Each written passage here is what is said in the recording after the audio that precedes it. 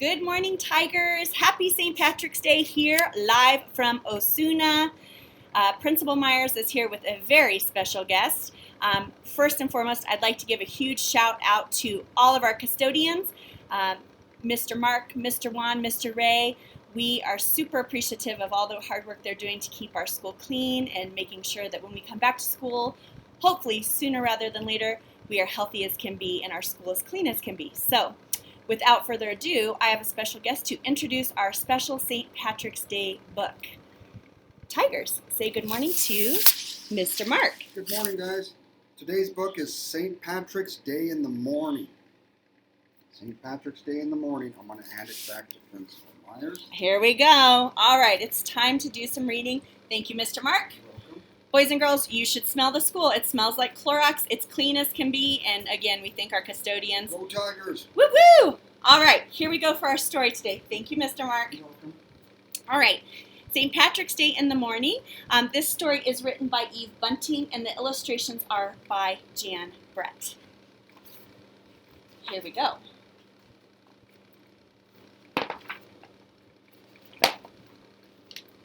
All right, Tigers, here we are. This story is about a little boy named Jamie. Jamie wakened early and remembered that it was St. Patrick's Day. He climbed carefully over his big brother Kevin and his bigger brother Sean.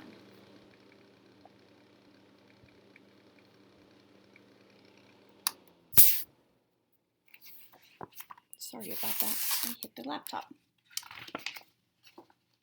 The stairs were cold on his bare feet. The kitchen was cold too. The fireplace full of dead ashes, like chalk. Nell, the sheepdog, lay in the rocker. Here, Nell.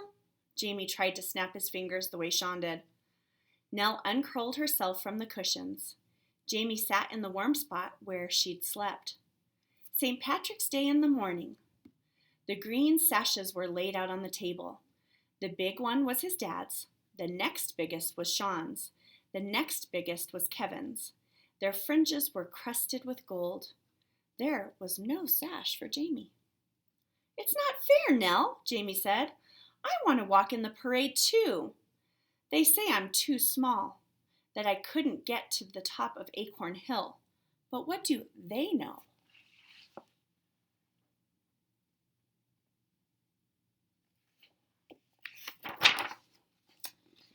Jamie slid off the chair. His mother's raincoat hung behind the door. He put it on. He put on his dad's black hat and Sean's sash. He took Kevin's flute from the dresser. Come on, Nell, Jamie said. Outside, the mountains were as green as cat's eyes. Clouds hung in tatters around their tops. Head up, chest out, Jamie said. Follow me.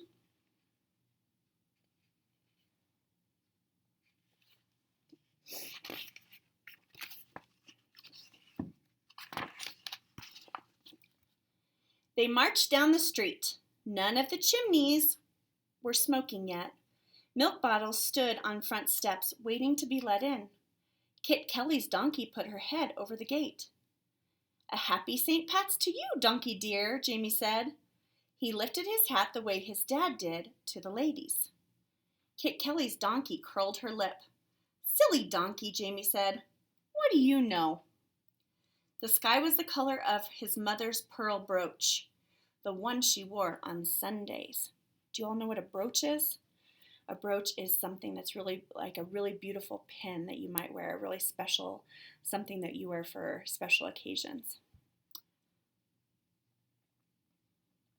Jamie marched down the middle of Main Street past the shuttered shops.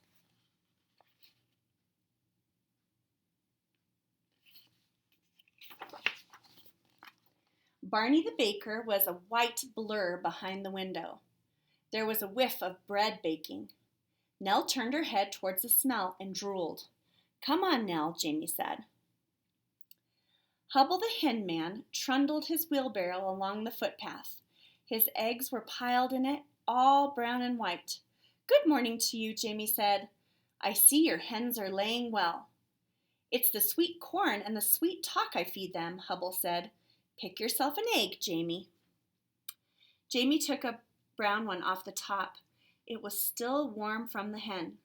"Happy St. Pat's," Jamie said, and lifted his hat. He put the egg safe in his pocket.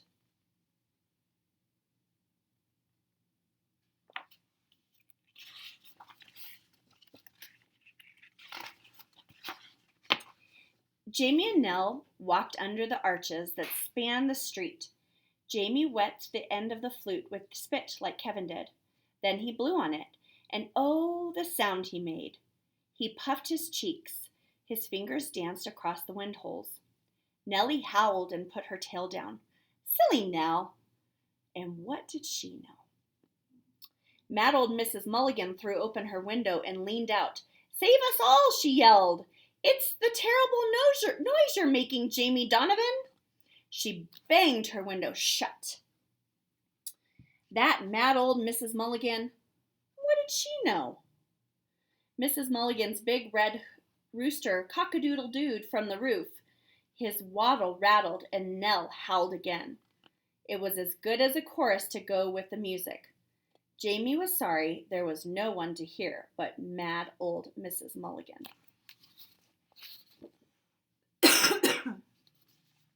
Excuse me. It was hard climbing up Acorn Hill with all Jamie's breath going into the music. He'd better save his strength for the marching. He put the flute over his shoulder and stepped out. Mrs. Sims of the Halfway Up Sweet Shop leaned on her half door. "You're the early ones," she said. "Come on in, Jamie. You likely could use some refreshments."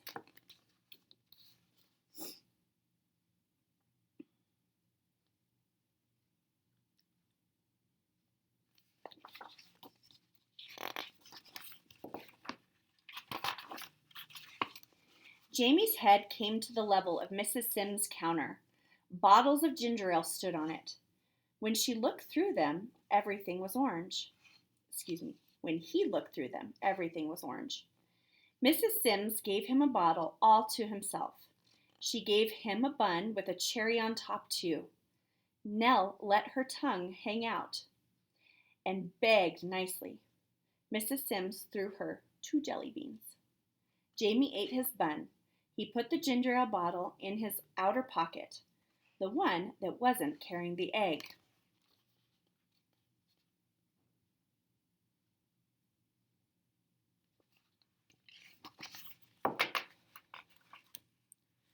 Shall we all go visit Mrs. Sims today?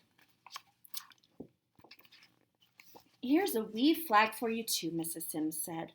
"You can wave it later on, at the parade." Jamie sniffed. Mrs. Sims was nice, but what did she know? Wasn't this the parade, this very minute, and him in it? He took the flag anyway. "We'll have to be getting on, Mrs. Sims," he said. "We've a brave bit still to go." "Aye," Mrs. Sims said. "You'll be saving a good place for yourselves, for the watching." Jamie nodded. "Come on now."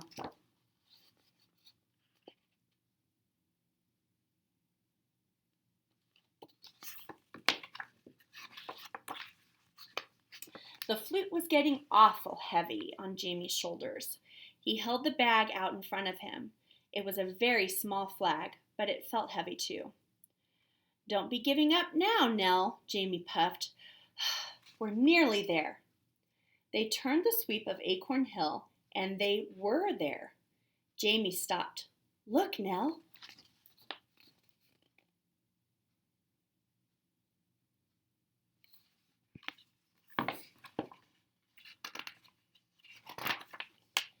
In front of them was the field where the bands would be and the stage for the Irish dancing. There was a green ribbon around the platform to keep the people off. Jamie crept under it. He sat right in the middle of the stage, and Nell lay beside him. The sun was coming up.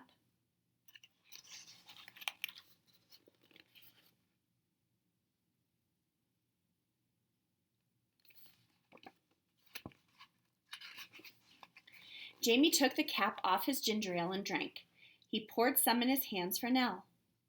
"And all of them were saying I was too small," he said. "But what do they know?" The sun jumped up like a firecracker from behind the mountain. A happy St. Patrick's to you, son, Jamie shouted. The words made a great shimmer of sound in the emptiness.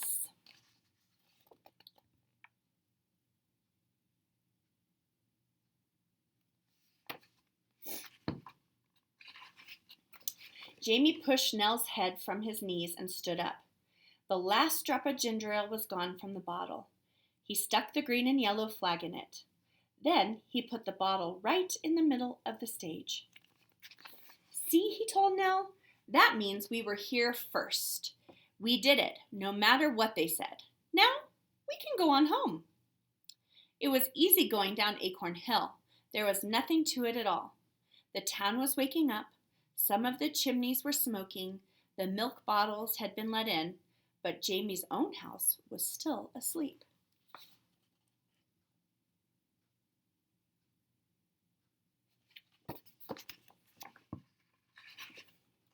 He opened the back door.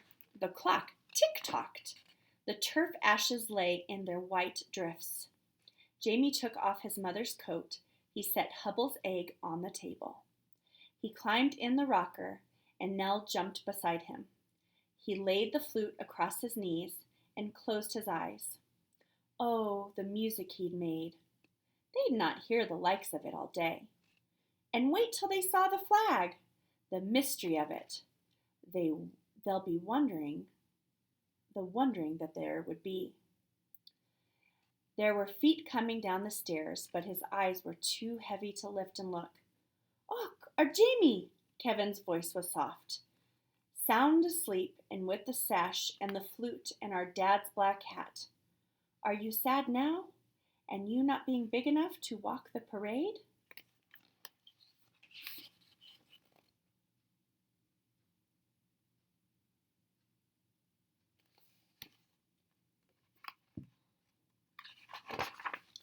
Jamie kept his eyes closed and smiled. Silly Kevin. What did he know?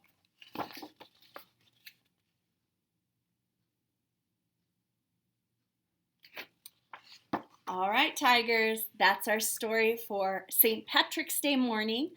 I know Mrs. Hunter has some great stories ready to be read to you that she's going to put up for you guys today. I also know that Mrs. Gonzalez and Miss Torres and her girls set some leprechaun traps, so I'm waiting to hear from everybody to see if a leprechaun was trapped anywhere. The good news is I didn't spot any pesky leprechaun messes in my office today. I haven't been around the whole school yet, so I'll keep you posted. I hope you guys all have a wonderful day, and never forget, I love you. Happy St. Patrick's Day, Tigers!